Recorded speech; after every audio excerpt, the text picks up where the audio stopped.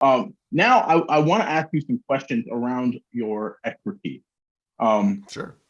so I know you're big on teaching leadership.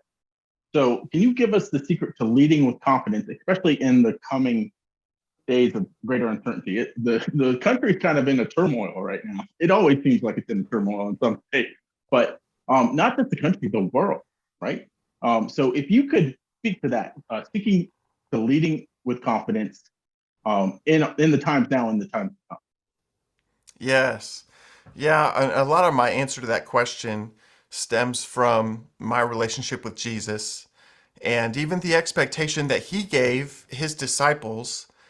They would ask the questions like, are things going to get better or are things going to get worse? And the answer that Jesus often gave them was yes, actually, both. Both trends are going to continue simultaneously, where there are some really positive things happening around us that are unlike any other time in history that make me excited to be alive. And there are some really concerning trends that you wonder if the positive trends are even going to get a chance. But they will. They truly will. And a big reason I believe that is because of what I find in Scripture when I take a look at what Scripture says about the days ahead. But I believe, if I'm thinking about all of these management books and leadership books that I have on my shelf, I find a lot of helpful information in that helps me as a leader for the days ahead. But I also like to imagine what would one of those books look like if it were written by Jesus? If Jesus could give you his leadership handbook for the days ahead. And that's been something I pondered for a long time. And it's been a personal endeavor and personal study of mine. And I really believe if you had an elevator ride with Jesus today, where he got 90 seconds, what would Jesus give you?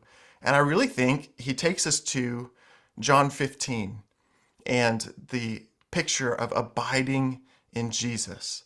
That this is what he gave his disciples just moments, just days before he went to the cross. His last major message to them is found in the chapters of John 13 through John 17. And so I think coming to John 15 and looking at those surrounding passages, John 14 to 17, it really was Jesus' leadership handbook to his disciples, and I really think it's still his leadership handbook to us. I think it carries all the way to the very end of history. So, leaders who lead from that place of abiding in their relationship with Jesus, who can live in agreement with his role, Jesus' role as our provider, as our purpose giver, and who can even learn to cooperate with the process of how Jesus is working in our lives, those kind of leaders will increasingly be a sign and a wonder to the increasingly uncertain world around us as we see different industries and different people even destabilizing and growing more uncertain.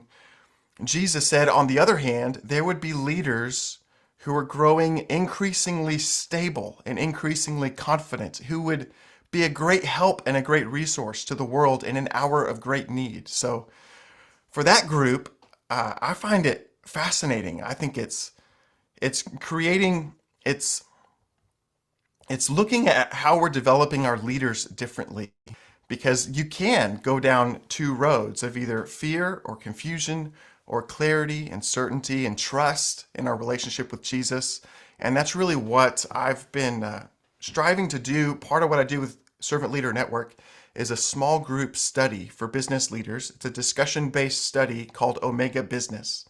And it's focused on preparing business leaders for the days ahead to lead with confidence, even though the rest of the world around us might look at the future with uncertainty. We can grow in confidence and trust and in a victorious culture of what Jesus is really going to do and what those positive trends are going to look like and how we can thrive in the midst of that. So that's going to be a free resource that's coming out on my website. So I'd love to point people to that as well.